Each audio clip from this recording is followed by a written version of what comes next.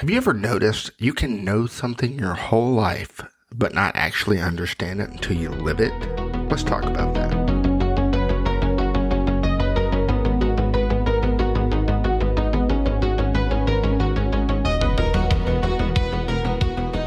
Welcome back to Mostly Me, Occasionally Wise. I am Brian, and this is episode 7. And today we're talking about something that honestly didn't hit me until I got older. There's a big difference between knowing something and actually understanding it. Because growing up, we hear a lot of things. Time flies, enjoy it while it lasts, you'll understand when you get older. I hate that phrase. But when you're younger, you hear it. And you might even nod your head like you get it. And you might even repeat it to someone else like you're wise. But deep down, you really don't feel it. You may not even get it. And that right there, that's the difference. So before we get into this week's episode, one, I need to give you guys the answers to some bonus movies I gave at the end of last week's episode. And then I want to talk to you about a new segment I want to introduce weekly into the show. So first, we'll go over the movies. At the end of last week's episode, which was about comfort movies, I gave you a few bonus movies that I wanted you guys to guess. And I went over those movies, and now, like I said, I'm going to give you the answer. We had Robin Hood, Prince of Thieves.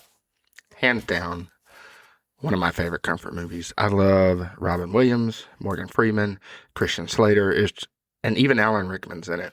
Fantastic version of Robin Hood. If you haven't seen it, check it out. We had My Big Fat Greek Wedding, which is all Becca, 100%. The movie's okay. We had The Princess Diaries, all Becca. That was 100% Becca, which surprised me because I honestly had never realized she had seen that movie. Dazed and Confused with Matthew McConaughey. You know, the all right. That's all me again. We had Julie and Julia, which is a great movie, and I enjoyed it. But, again, that's all Becca. We had Holes. A hugely underrated Shia LaBeouf movie. It's a great Disney movie, but that one's Becca's. We had Hitch. Now, Hitch, Becca and I love equally. And it is a comfort movie for both of us, but that was one that I put on my list. And then we had Remember the Titans, another great classic Disney movie. That is Becca. And then last but not least, we had Uncle Buck.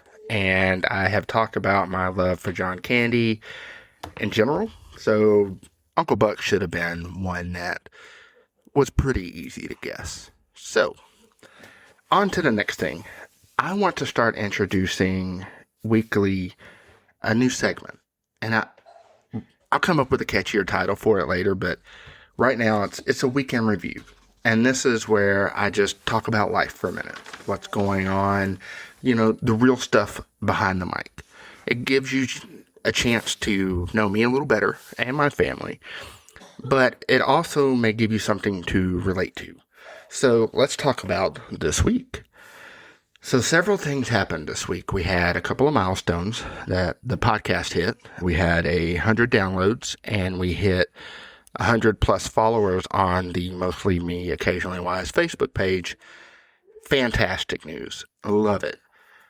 And I appreciate it more than you will ever know. I started this podcast as something fun, a hobby. I did it in the past with a couple of, friends of mine, my brother and Thomas. We did a video game podcast called Hit Start Gaming. And we did it for a year or two. And then, of course, COVID hit. And COVID killed it pretty much. But since then, I've kind of always had the itch there and just never took the initiative. So my wife finally was just like, just do it. Do it for fun and see where it goes. I'm not expecting big things, but at the same time, if it happens, we embrace it. But I'm really just doing this for fun and to make a difference in someone's life. And then with the Facebook page getting 100 plus followers, that was amazing, because it shows that you guys are listening, you guys are sharing, you are coming back, and I'm making a difference somewhere to someone. And again, huge thanks for that, and I appreciate it. So we had the milestones. We also had the editing error with my last episode about comfort movies. For those that listened, I accidentally did not take out my first take of A League of Their Own. So when I record, oftentimes I record in segments, and I'll stop, I'll re-listen, and go from there. If I don't like what I'm hearing, I'll scratch it and start over. But a couple of things came into play here. It was late. I was tired. And second of all, my wife was here and we were having a blast just listening to me record. And, she would stop me on occasions and, point out some things about some of the movies she listed.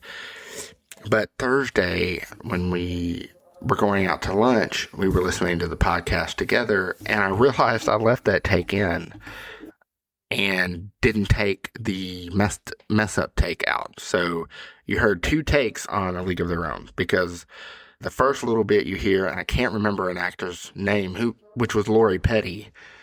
And so I left it in there, and I'm super hard on myself. So when I can't figure it out, I stop it, and then I kind of laugh and chuckle. But like I said, it kind of shows that I'm human and that I make a lot of mistakes when it comes to this podcast, because I'm doing it all. I'm doing the recording, I'm doing the editing, I'm getting it out on social media.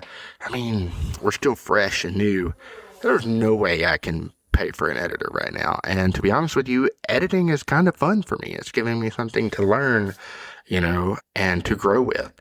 So I appreciate you listening to the episode, even though there was a minor boo-boo in it. So we had that. Of course, we had Easter, which was Sunday. So happy Easter, everyone. A couple of things with the kids. So my wife and I had to sit down with our 13-year-old, because if anyone who's listening has teenagers, sometimes they can just appear mad and hate the world, and you don't know why. So being a good parent, you want to know why.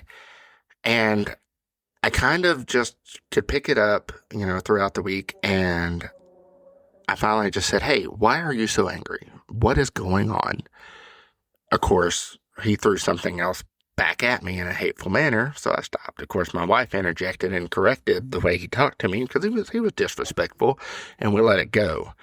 Well, throughout the night, he had just been short with everyone, angry with everyone, and so finally, we, pulled the 13-year-old into his room and said, hey, what is going on? And of course, he didn't want to talk about it, or maybe he didn't have the words to express what's going on, or he may not even know. But he, he was just not having a good day. He hadn't had a good past couple of weeks. And of course, as parents, you can read your kid pretty well. And so we gave him the ultimatum. Like, look, you are going to have to figure this out, because if there's something truly bothering you and you don't want to talk about it, it's not our fault, because we're trying to help you. If it is something we're doing, say something. We can't correct the issue when we're working on it if you don't speak. And so, finally, we all agreed that, we're going to try to work better on our communication and the way we deliver things. If we're frustrated, come up with a more, not necessarily delicate way, but just a respectful tone when it comes to being frustrated or how things may not be going your way. Just be more respectful in general. And then, of course, my 4-year-old, I've talked in past episodes where he is a daddy's boy. But man, Saturday, or was it Saturday? No, it was Friday. I couldn't win with him. And he was just angry and blaming me for everything. And finally, I was just like, you know what? Here, Becca, you take him. I'm done. I need a break. But it was just kind of one of those things that, okay, earlier in the week, I wasn't doing very well with the 13-year-old. I couldn't figure out what was going on there. And then now, the daddy's boy is having issues with me, even though I really wasn't doing anything wrong. I just think it was just a bad week for our two boys in general. And it was weird, because with the 4-year-old, I don't get that very often, because he's stuck to my hip half the time. But for those few hours, he wanted nothing to do with me. And so, yeah, it was definitely a weird week. But like I said, we got to celebrate the great podcast news, but then it was followed by the harsh reality of parenting and just having to be creative and essentially just giving your kids the what for and trying to figure out what is going on and why they are the way they are. But honestly, that's kind of what made me think of today's topic for this episode. Because even this week, there were moments I realized there's a difference between knowing something and actually understanding it. Man, it's just, life.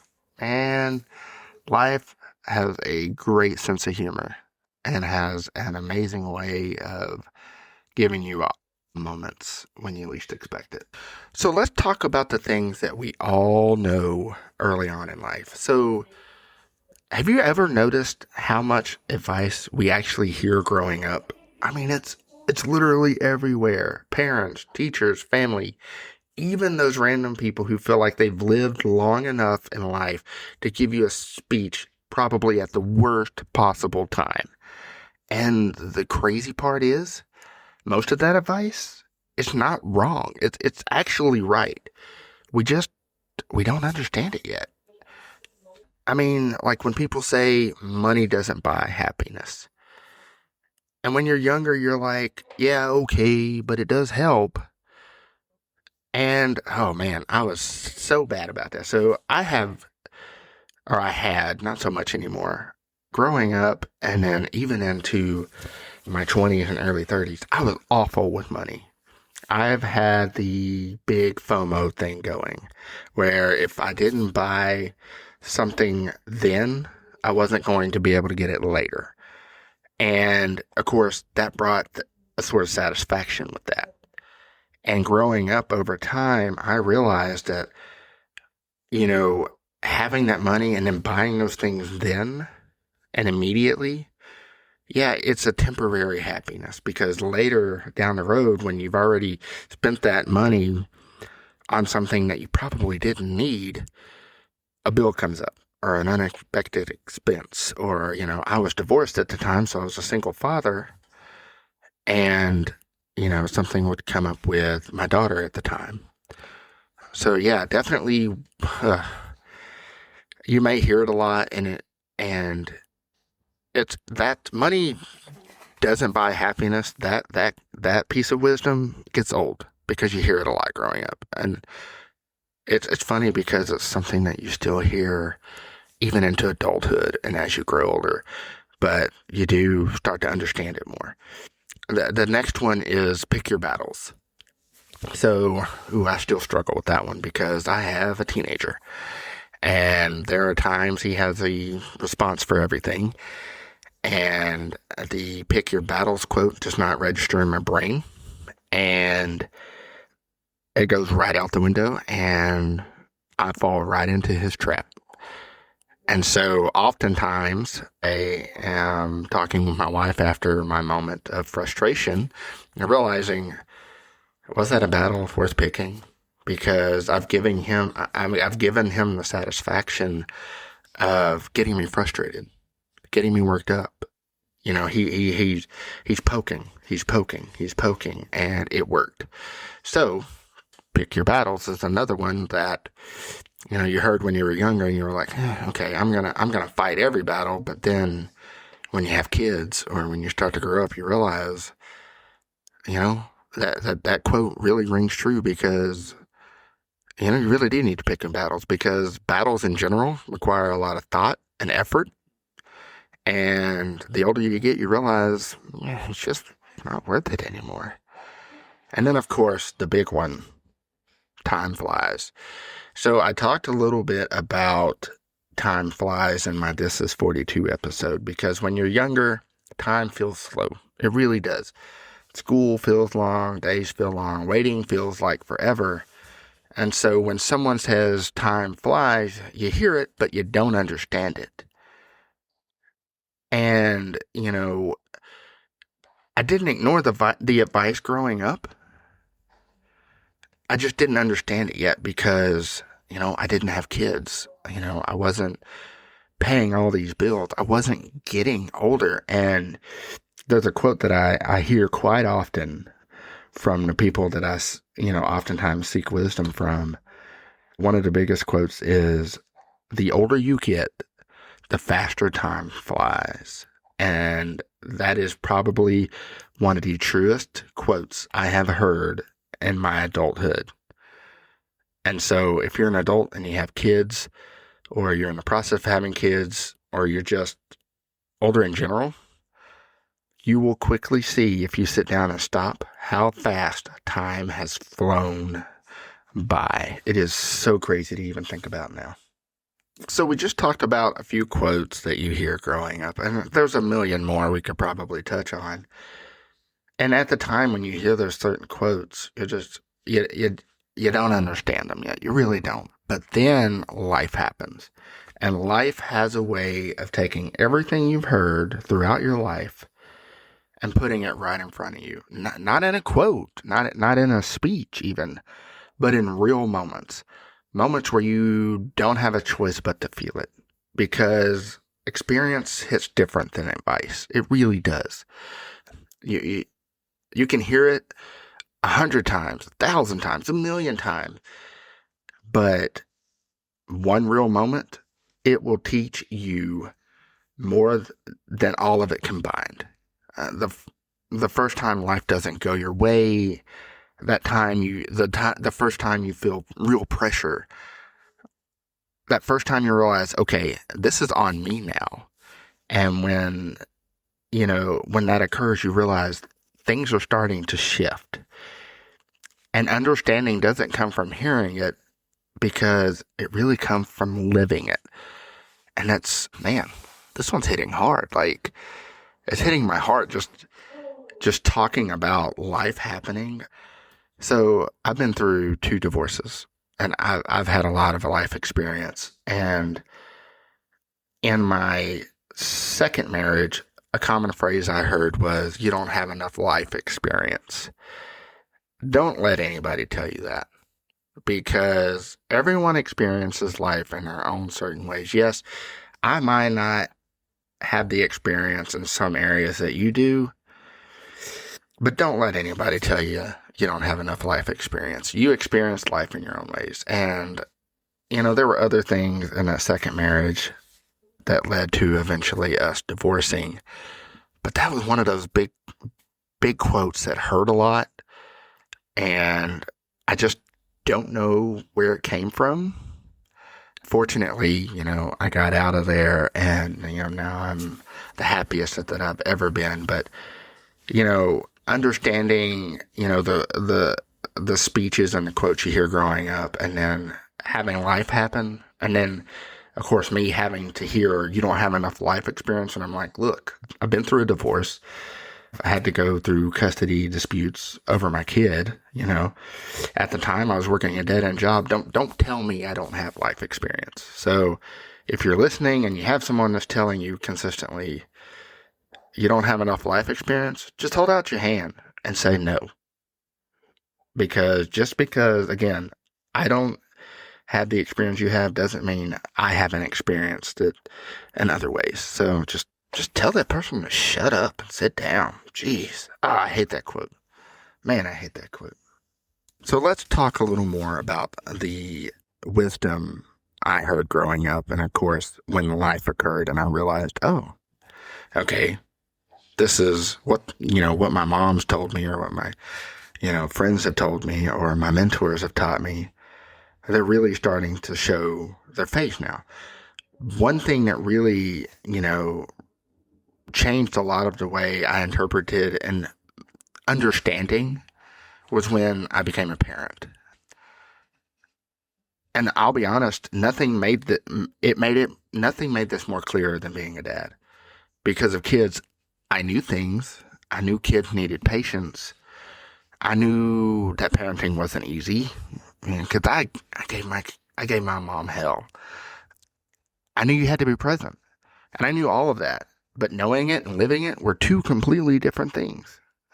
My 4-year-old, I knew patience mattered, but now I really have a better understanding of what patience really is. It's not just waiting. It's about staying calm when you're tired, showing up with energy even when your gas tank's on empty. It's choosing to love in moments when frustration would be 10 times easier, like I talked about earlier when I just couldn't win with my 4-year-old.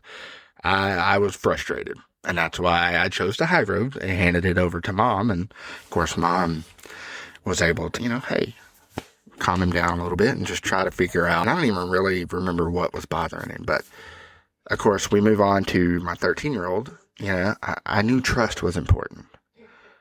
And I understand now how long it can take to build, how fragile it can be, and how sometimes it's not about saying the right thing. It's about being consistent enough that they start to believe you.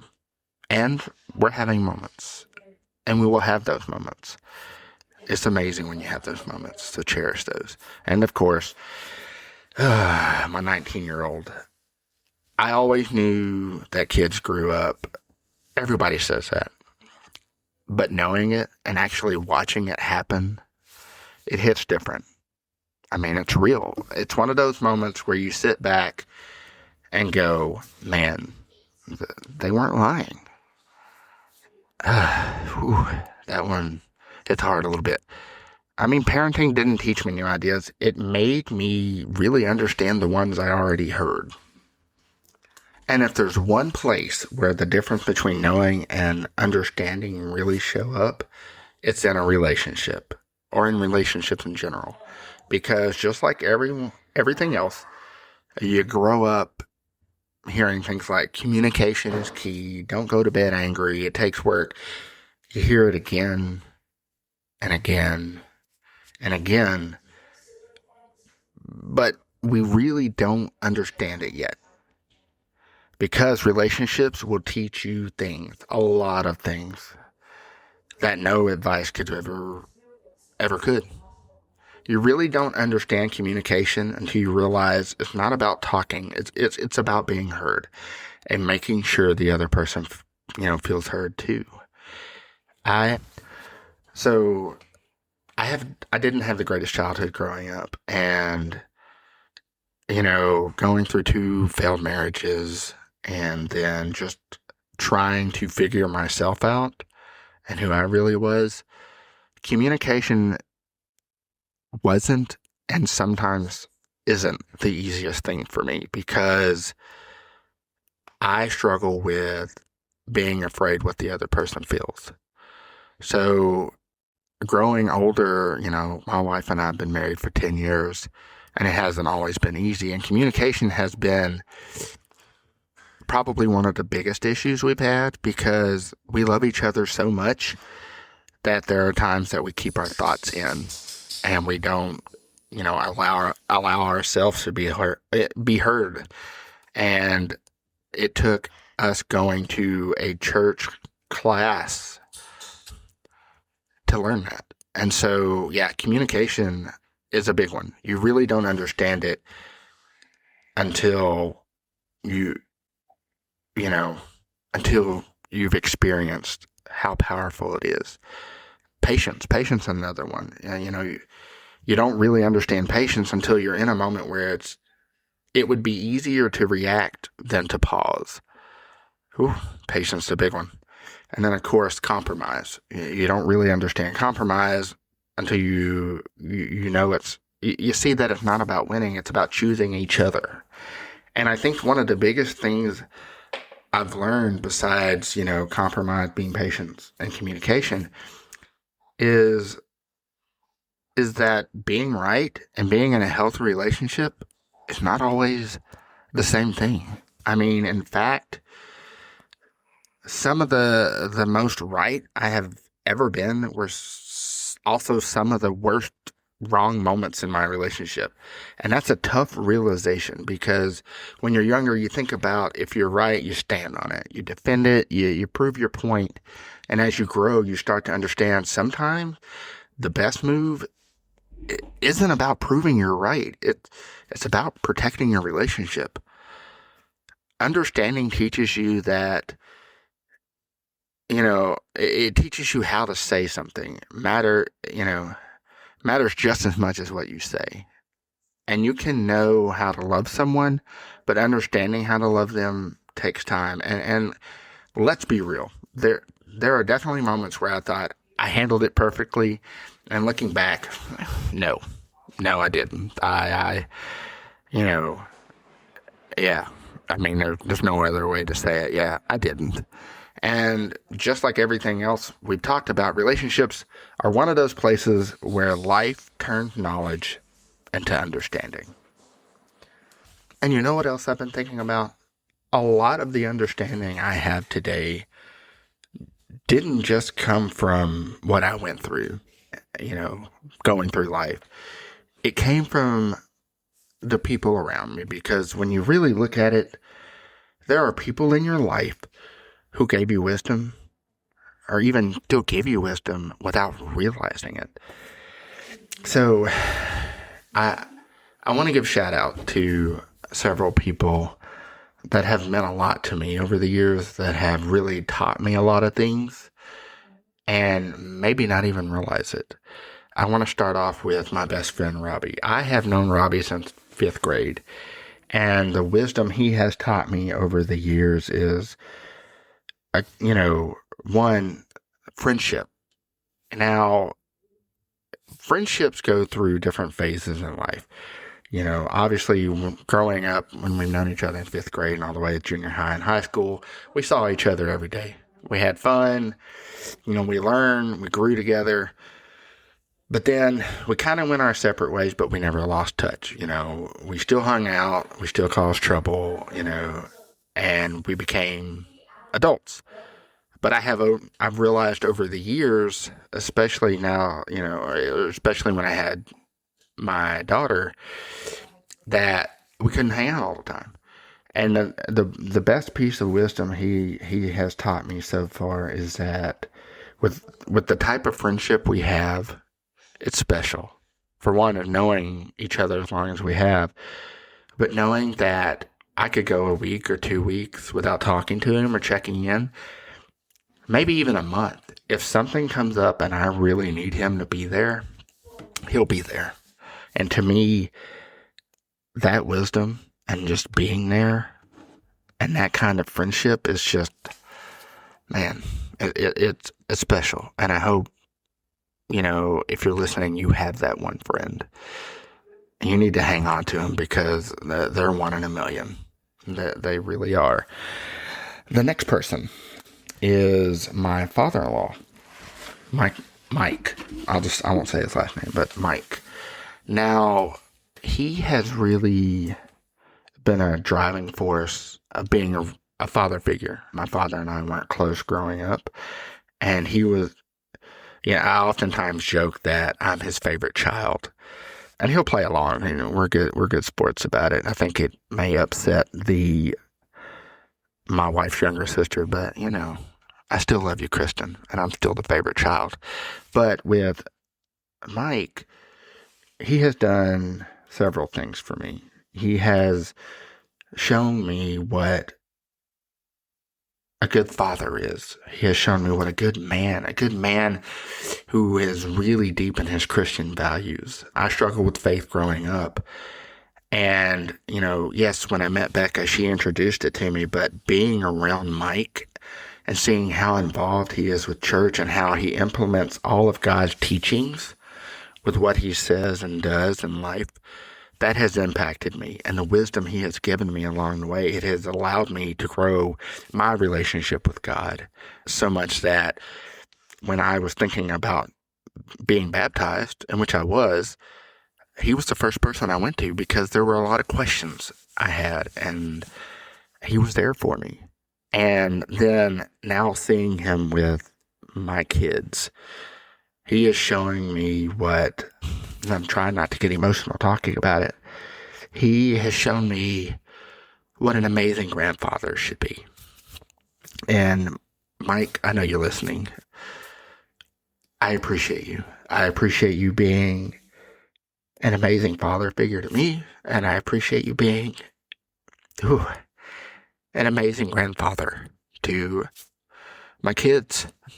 It means a lot. And you're teaching me things without even saying them. And that's pretty powerful. Ooh, boy. Next is Uncle Rob. Probably one of my biggest fans. I talk to him weekly about the podcast. He gives me pointers because he's a tech guy. He's a tech savvy guy, but he has been really big. He adopted one of his kids, and so he has seen the struggles I have gone through with the 13-year-old, and he has been a huge, I don't know, melting pot of wisdom when it comes to going through dealing with kids with past trauma. He has prayed with me. He has lifted my spirits up when I have just been so hard on myself about how I handled certain situations, or when I'm even doubting myself as a father. He had the best way I can explain Uncle Rob is you take the word hug, and when you make it into a physical form, that is Uncle Rob. He gives you the best hugs of any man I've ever gotten a hug from.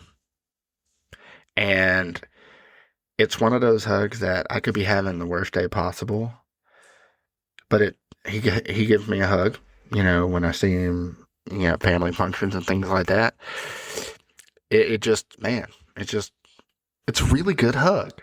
So find yourself a good hugger, because you don't realize how important a good hug is until you have someone that just, man, Uncle Rob, you are the master of hugs. So, but he has, thank you for continuing to be with me and guiding me through,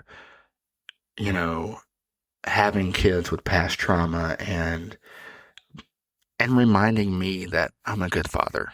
Even when I'm so hard on myself sometimes, it means a lot. And I appreciate you, brother. Let's talk about one of my best friends, Brett. Now, Brett I met later in life, met through church. He was a youth minister, and then now we're just best friends. We talk about anything and everything. We are both nerds. We talk about gaming a lot. We talk about movies. We talk about books. But he, just like Mike, has been really big on my faith and making my relationship with God a lot closer than it used to be. And he has also shown me that it's okay to throw yourself out there. Like, I'm a small group leader now. We lead a small group in our home every Wednesday. And that's something 5 years ago I had never even thought about. And, having Brett in my life and just being able to pick his brain, about Christianity and understanding the Bible more, Brett, I don't know what I would have done without you, man.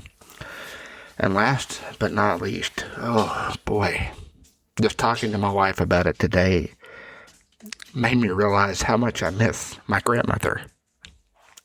Ooh, I'm sorry, guys. I'm sorry, not sorry. My grandma Lena, she passed away several years ago to cancer. And she's taught me so much, things I still use today. The biggest thing is she had so much fun living life.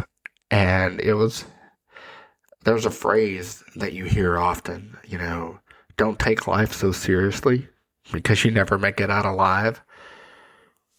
That was one of the biggest things I got from her. I find humor in everything, probably more than I should at times. Gets me into trouble sometimes. It makes things awkward. But there are a lot of times when I'm talking, to my kids, or something funny will happen. I wish I had my grandmother here, because I would love to call her and just tell her, and even, when my daughter went through her bout with cancer, I really missed her then, because I didn't really understand and I'll never understand what my daughter went through, but I really could have used my grandmother's guidance. Man, you don't realize how important grandmothers are until they're not with you anymore. And Grandma, I know you're up there, and I miss you a lot. I really do, and I hope I'm making you proud. Whew, I definitely had to pause after talking about those who have impacted me. Oh, man. So let's continue. If you're listening to this and you've ever taken the time to give someone advice or just tried to show up in the right way, even if it didn't seem like it mattered at the time, it probably did, more than you will probably ever know. And I think, that's another part of this whole idea. Understanding doesn't just come from what happens to you. It really comes from the people who have poured into you along the way, who have had that faith, who have pushed you even when you didn't want to go, gave you that swift kick in the butt when you needed it. And so here's the hard part that nobody really ever talks about. Understanding usually comes late, like later than you'd like. Sometimes after mistakes, sometimes after you wish you could go back and make it different, sometimes after you've already learned something the hard way, and that's tough because you start realizing a lot of things you understand now, especially in relationships, you wish you understood sooner. In relationships, it's in how you spend your time and what actually matters. But that's how it works. Nobody, hands you understanding early. You earn it through moments, through mistakes, through life. And let's be real a second. There are moments in life where I thought I understood something, and I absolutely did not. Like parenting. Before kids, I was like, oh yeah, I got this. Raise them right, be consistent, no problem. Yeah, okay. Parenting says, hold on to your butts. And relationships will humble you quick. Like those moments where you think, I'm about to explain this perfectly. I've got the perfect points. I'm 100% right here. And 5 minutes later, you realized this wasn't about being right at all.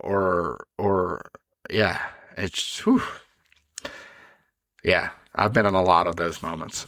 My wife and I laugh about them now, but in the moment, I tend to open my mouth and insert my foot a lot. But, another thing is when you say something in your head and it sounded fine, like respect, like a respectful, logical, made total sense kind of way, and then the reaction you get is like, wait, how did we get here? That happens a lot. I tease my 13-year-old, we kind of tease back and forth, like, do you ever think before you speak? And we jokingly talk about it, but there's also a little piece of wisdom that I'm teaching, I'm just, I'm throwing his way, but at the same time, I hear that from my wife, and it's done in a joking manner, but it's her way of saying, hey, maybe you should just stop and just think before you act or before you speak. I think a lot of men struggle with that. And so if you're a man listening, I feel you. Yeah, it happened.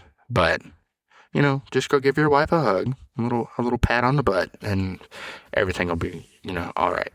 And of course, let's not forget those moments where you're in an argument and you're 100% sure you're right, and like you're ready to stand on it and defend it. Maybe even double down a little bit. Like you're just, I'm pumped. I know I got this. Finally, once in my life, as much as my wife is right, I've got this one. I've got this one up on her. And then you realize, I wasn't right at all. Or even worse, I might have been right, but I handled it completely wrong. So, I thought I understood relationships until relationships understood me. And honestly, if wisdom comes from learning, if wisdom comes from learning from your mistakes between parenting and relationships, I honestly should be a freaking genius by now. So let's talk about where I'm at now. I think I'm starting to understand, and that understanding changes how you move. Not just what you know, but how you live. You start to slow down a little more. You start being more present. You start listening more than talking. You start realizing that not everything needs a reaction. Not everything needs to be fixed. Not everything needs to be controlled. You start to realize listening matters more than reacting, especially in relationships that matter the most. Understanding it really changes how you move, and not just what you know. Boy, this one's deep. This episode's deep. I may have to go give my wife a hug after this. But, this life has a way of teaching you things. Not when you're ready, but honestly, when you need it. And maybe that's the point. Maybe you're not supposed to understand everything right away. Maybe you're supposed to grow into it piece by piece, moment by moment, lesson by lesson. And maybe that's what turns knowing into understanding. And a lot of those lessons, they don't just change how you think. They change how you show up for the people who matter the most to you in your life. So let me ask you this. What's something you've heard your whole life that only recently started to make sense? Something that at one point you knew, but now you actually understand it. You fully embrace it. You're like, I get it. I honestly would love to hear it. You can reach out on our Mostly Me Occasionally Wise Facebook page, or even email me at mostlymecontact@gmail.com.